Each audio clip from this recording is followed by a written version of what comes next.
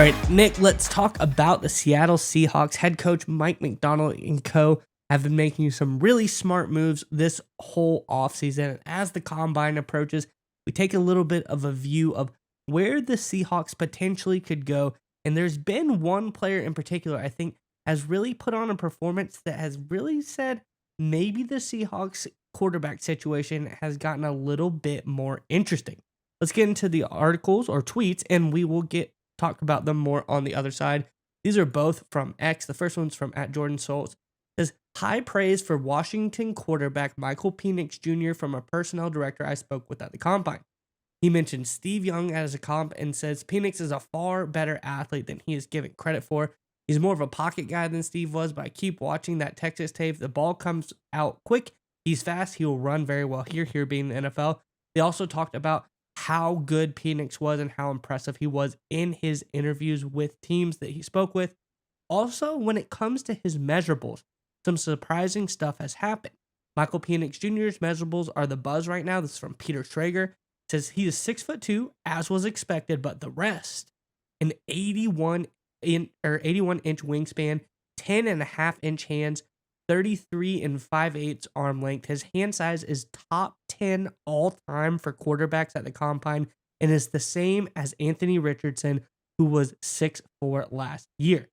I think Michael Penix Jr. really came into this combine, impressed a lot of people, and he's a guy that I think is going to slowly move up boards and being an interesting option specifically for the Seattle Seahawks. I'm curious what your thoughts are about Penix Jr.'s performance at the combine so far, Nick. But Seahawks fans in the comment section below, what do you think about Penix Jr.? Is he an intriguing option? Is he somebody where if the Seahawks he falls to them late in the first, early second round, is that a guy that you think is interesting to bring in? Let us know in the comment section below. But Nick, what are your thoughts on the latest updates about Penix Jr.?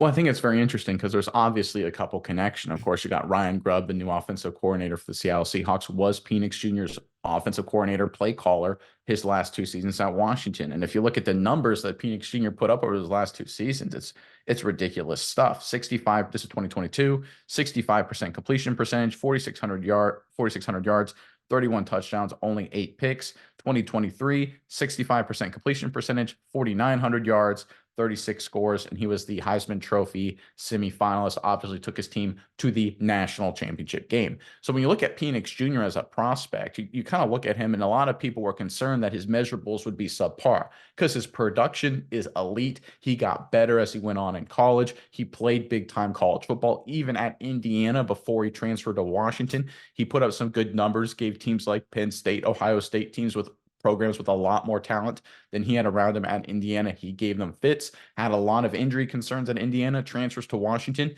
is relatively healthy, and obviously does incredible things for the Huskies. The connection with Grubb in Seattle, where he could potentially rise up in the draft. People see him as potentially maybe the number 4 quarterback. He could potentially rise up to mid-first round draft pick area, which is coincidentally right where Seattle is at 16. You factor that in, and we talked about this about a week ago. The Seahawks are very clearly, obviously, opening themselves up for potential Geno Smith trade discussions. And even if they don't trade Geno Smith, he is on the last. He does have just 2 years remaining on his deal. So drafting a quarterback and sitting and developing for 1, maybe 2 years could make sense as well. It just is one of these things where it feels like a really natural fit. And I like Penix Jr. I mean, this is a grown-up. This is a guy who's battled through some injuries. He moved his entire life from Indiana, Midwest, right? Completely different dynamic going over to Washington, West Coast. And he was even better, took that team and made it an even more impressive team, of course, all the way to the national title game. You look at his numbers are off the charts. It feels, I hate this comp because it gets very hyperbolic, but it feels very similar to the Joe Burrow story. Joe Burrow buried behind the depth chart in Ohio State, goes to LSU, gets better and better, and becomes the elite prospect and now elite quarterback. Penix Jr. had some battles at Indiana, transfers to Washington, gets better and better, becomes an elite quarterback. Factor in some good measurables, great interviews at the combine. It feels like something could be brewing here in Seattle, Mize. And I tell you what, Seahawks fans, I would keep an eye on this because as we get closer to the draft, it may look more and more obvious that the Seahawks could be targeting a guy like Penix Jr. Yeah, Nick. And you look at him and you talk about being a grown-up. You talk about his injury history. I think that's one thing that impressed a lot of people that interviewed Penix Jr. is when they talked to him about, you have injury concerns. He said, I know I've had injuries. There's nothing I can do about that. All I can do is say, look at my body of work and show that I'm going to come out here and be a competitor. He's very mature in all of his answers. And I think that was a big thing that a lot of teams really liked about him when he came into his interviews. Just handled everything, consummate professional, mature leader type guy, can come into your locker room, bring some stability, even at such a young age, to come in and be a natural born leader, be that level of maturity in the locker room. Big plus, I would say, for a lot of teams going forward.